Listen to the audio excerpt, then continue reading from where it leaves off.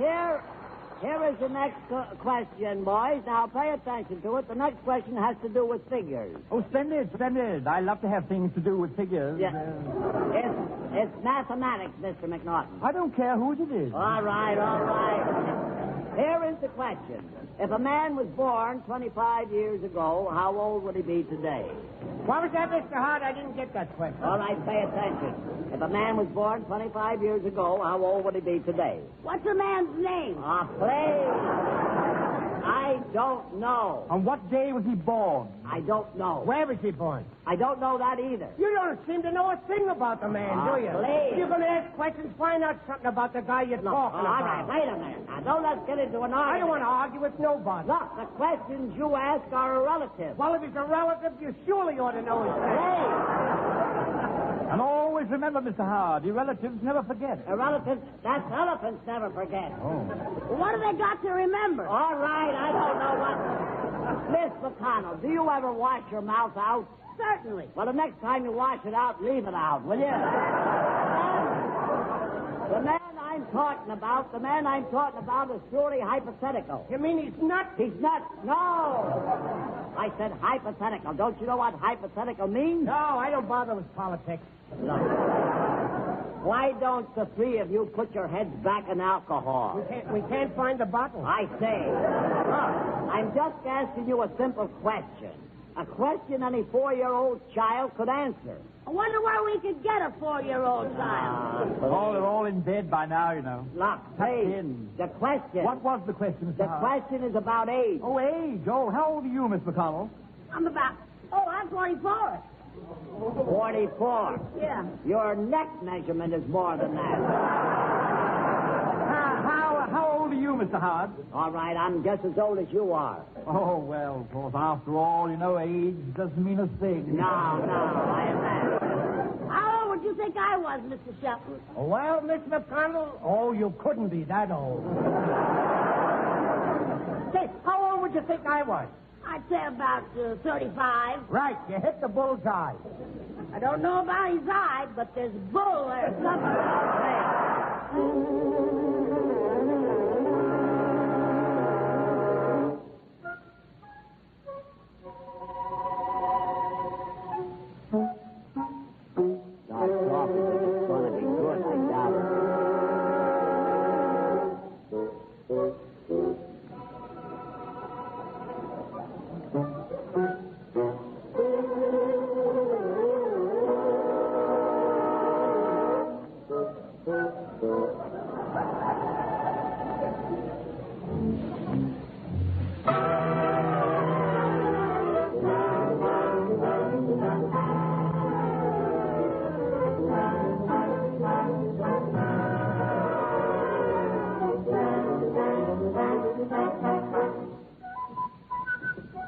Isn't that cute?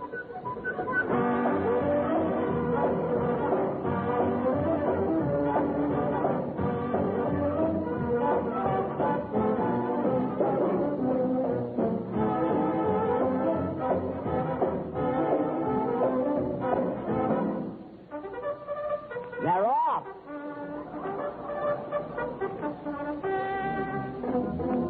There they go. Third race to that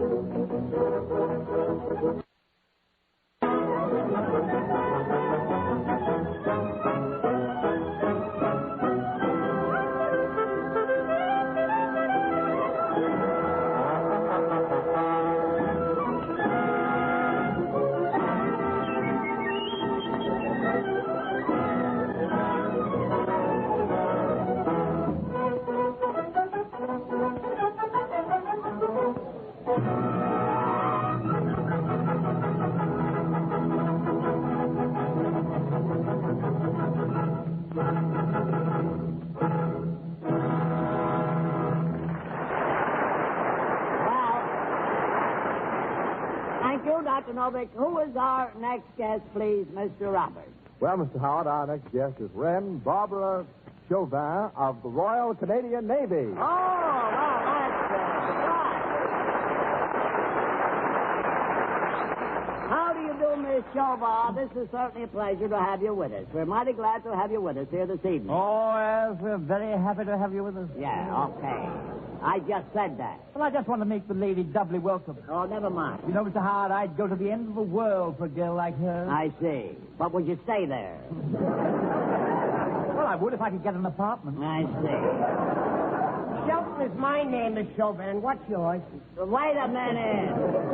The young lady just told her name. She could be mistaken. She could be mistaken. Ah, please. She might have a non-de-plume. I got Never one. mind the non-de-plume. Pay no attention to them. It's just getting near their feeding time, Miss Chauvin.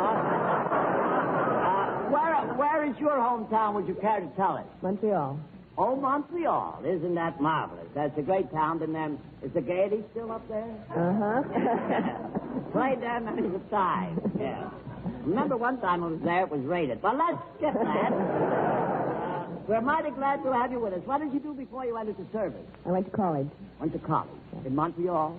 No, 20 miles outside of Montreal. You want to give the college a plug? What was the name of it? Good old McDonald. Good old McDonald. Good. That's very nicely. Would you? Mr. Howard, Yes. pardon me. McDonald College? McDonald College. You know we anything thought about he had a farm. Huh?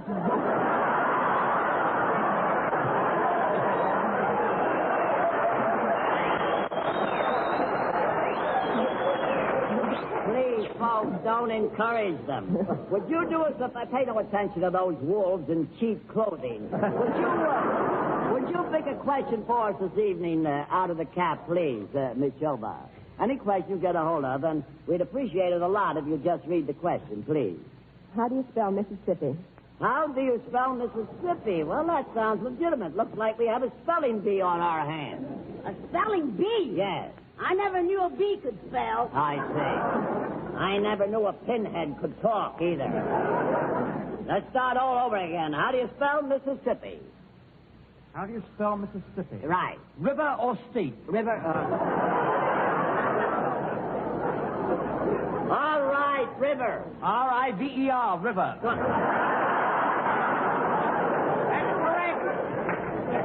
That's correct. Absolutely correct. All right, nobody asked you, you dope. What do you mean, dope? I went through school, stupid. Okay. And you came out stupid, too.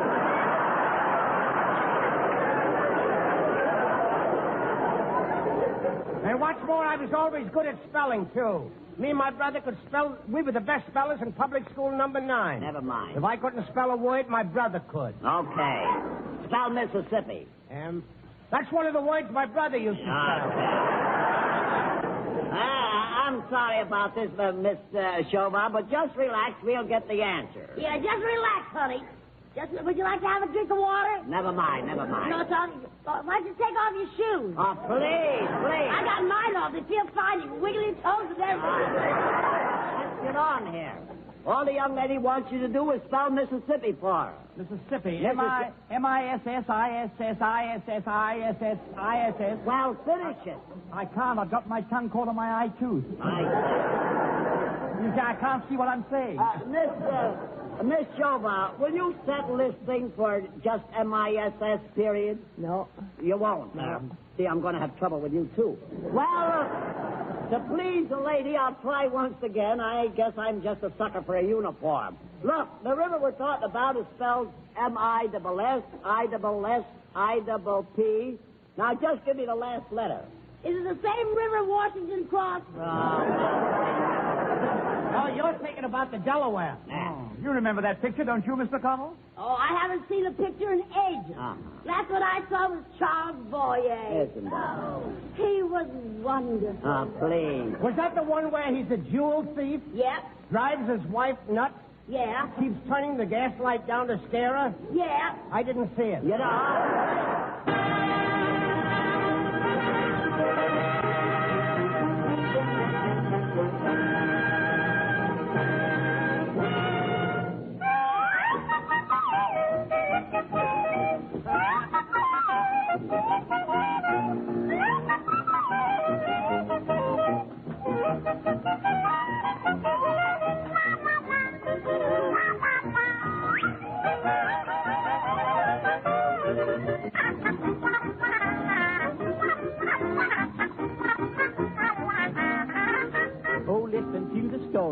I'm gonna tell to you.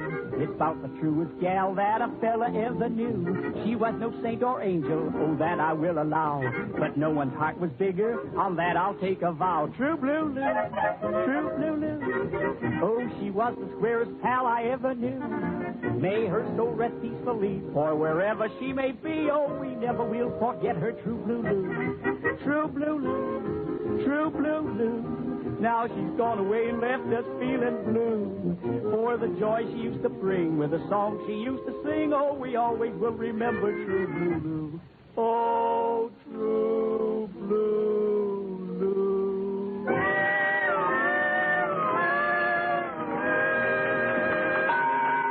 All right, all right. Thank you a lot, Dr. Novick. I must say you boys are improving greatly. Yes, sir, you're doing marvelously here of late. Just keep up the good work, and I'll see if I can arrange to get a few dollars for you some of these weeks. Now, let's get on here.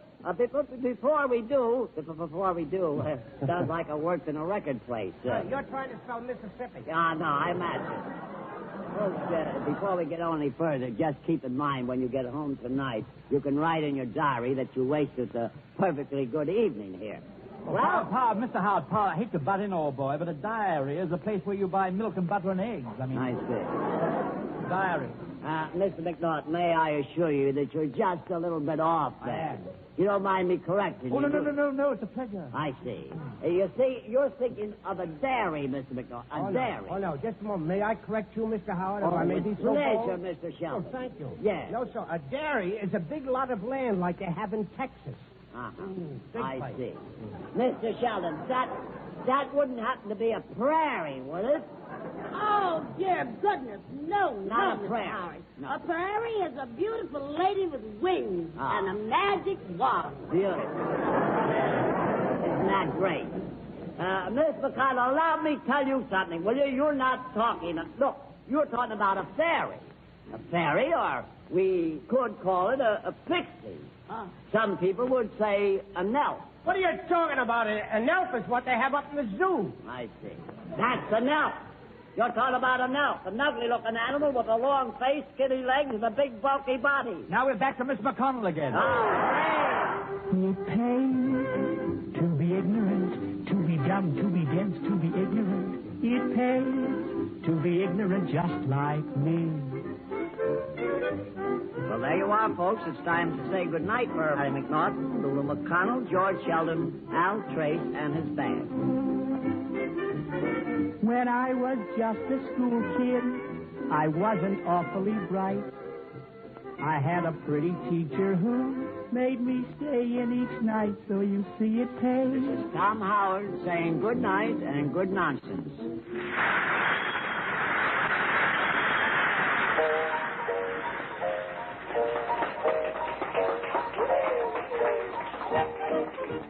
This is the Armed Forces Radio Service.